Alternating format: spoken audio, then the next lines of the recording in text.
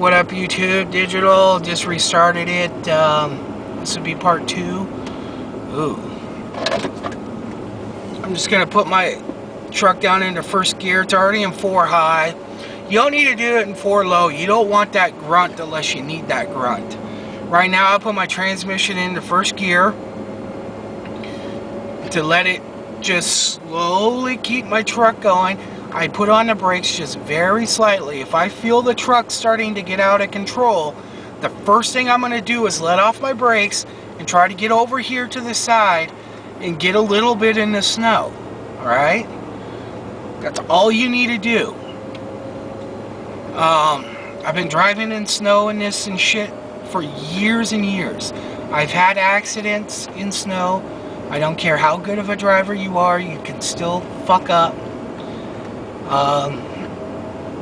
But there's a difference between having a little accident and dying, or, you know, being able to get. I've had a few little problems, but I haven't, you know, like dented the shit out of my vehicle or anything else like that. I've had been on a patch of ice on a hill like I just came down, and been on a complete slide all the way from top to bottom, and ended up spinning a 180 because I was finally able to get my truck into the snowbank on the side, and when it did, it caught the right side of the truck and made it spin around. Yeah, I have it on video. I might post it up later, but I don't know. That was in my other Dodge truck, which is pretty much the same with this, except I had 35s on it. But it was a road that I just went over, turned around like 5 minutes later and came back around, and it froze in 5 minutes time. A lesser of a driver would have probably ended up wrecking the truck completely and been totaled. But let me get back to. I'm still in first gear. I'm giving a little bit more gas to get up this hill. If I feel any sliding or anything else, I'm gonna immediately just let off the gas and let the truck regain its composure. I'm not going to sit there and slam on the brakes. The worst thing you can do is jump on the brakes. Again, I don't have that great of tires right now. I'm not running some badass BFGs or, you know, or anything else. I got some fucking used Nitto grapplers in the front, which are pretty decent, and I got some, I don't know what the fuck in the back. Some ATs that are more street tire than ATs, and I'm not sliding all over the place. The key thing is to keep everything just smooth, not jerky, not slamming on brakes, not slamming on gas or anything else. But when you come up here, you need to be prepared. You need to carry extra gas. You need to carry blankets, you need to carry way to start fires, all this shit. I know a lot of people, you know, everybody's a little different. I have a toolbox in the back of my truck, you know, it goes across the bed, that I got on Craigslist for like 40 bucks. It's a nice aluminum diamond plate chrome looking thing. Really nice one. And I got it really cheap because the shocks need to be replaced, which will cost like 10 bucks. But I could pack that full of blankets. I could put some gas in it. I could put, you know, like a little shovel in it. A little, like HK, or was it Glock shovel or something like that. Or a bigger one. I could put some extra gas. I could put some kerosene. Kerosene's a big thing. Carry a gallon of kerosene. I could take wood from underneath the snow, and I could start a fire with a little bit of kerosene, and I can get it burning. So kerosene's a good thing. Definitely carry some, especially if you're in a truck. If you're in a car, you shouldn't even be doing this. Let's see what else. You know, a lot of people carry different ways of cutting wood. You can buy, I know it's expensive, but you can buy a little Husqvarna, I think it's called a limb saw or whatever. It's ones that they put on their belts when they go up in tree cutters, you know, delimb a tree. It's a little tiny little bastard. But that little tiny bastard that takes barely any gas and really doesn't weigh that much. People put it on their belts, for Christ's sake. That little bastard is better than trying to cut wood with a knife. It's a lot faster. You can make a shelter and have a fire going a lot faster than trying to do it with a knife. So if you're going up and down the woods a lot, it might be something to think about. Even a regular chainsaw that I see used on Craigslist for like 40 bucks, 50 bucks, it's worth taking. And, you know, some gas with it, or gas and not mixed, you know, so you can use it. Even if you had to throw mixed gas in your vehicle to get home, that will work. It will run a little crappy, but it will work. It will get you home. Just because it has oil in it don't mean nothing. Unless it's like really oil. It's like, you know, 1-to-1 or something like that. It should work. If it's 50-to-1 or 35-to-1 or something like that, 20-to-1, it should work if you need to get home.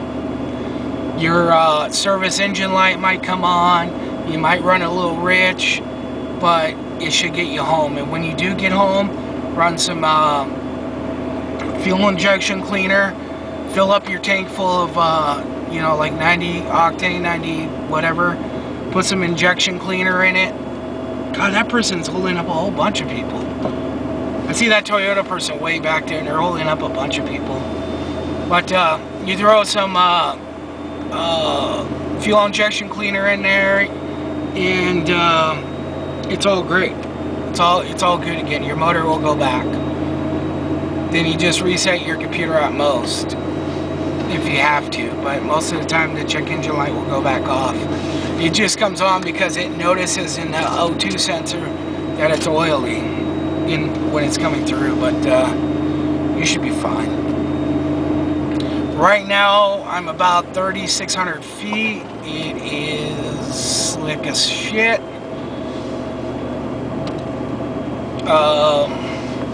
But I'm still having no problem. You can see how this road's fucked up. And let me tell you, the camera's not even doing any justice to how the road looks. So back to being prepared. I like carrying a little chainsaw.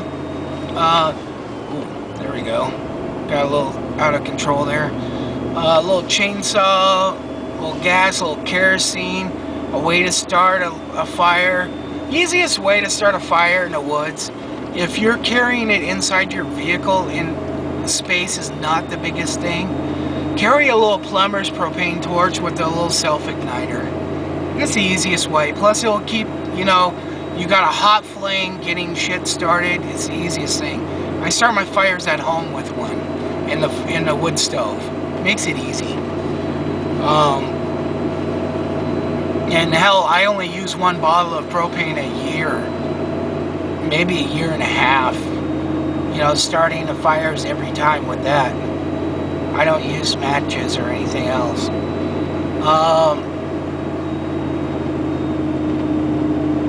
Also, you could carry food and stuff like that. Carry water with you. Carry ways to, oh wow, this is really bad right here. Carry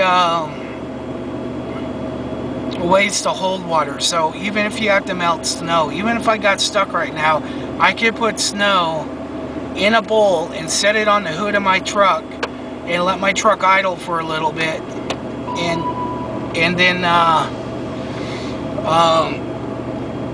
it will melt down into water that I can drink, and it'll be warm. You don't want to drink cold.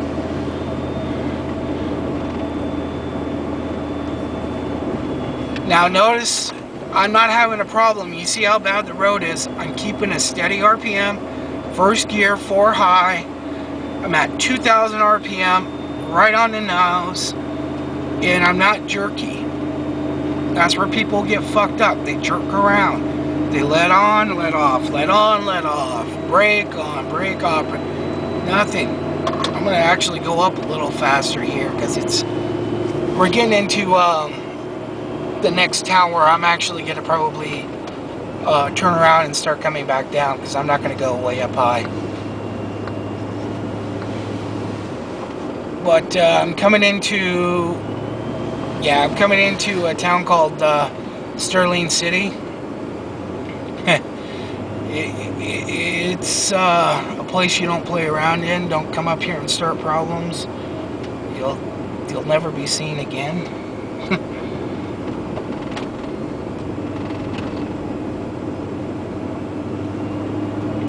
But people up here, if you had to go WROL, these are the people you want, man, because these people are up here. They know what they're doing. They definitely know what they're doing. But I'm gonna turn around up here. I just wanted to see how deep the snow is up here, which is pretty deep.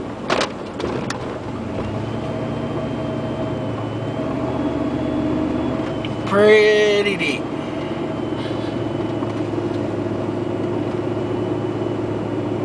God, I'd love to live up here. If they had, when I bought the house, I wanted to live up here, but they don't have high-speed internet up here.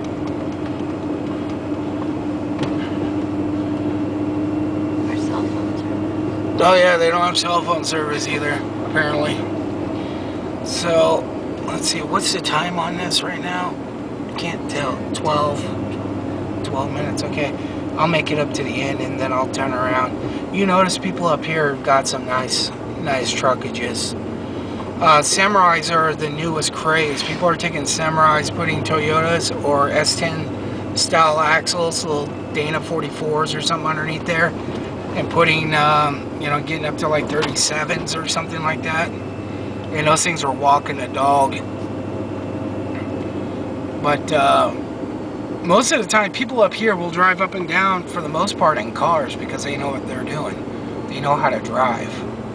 And that's the biggest thing, is just knowing how to drive. And, yeah. But,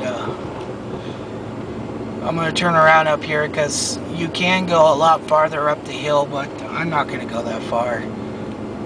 I don't have the tires right now. So I'm going to turn around right now and I'll restart the video.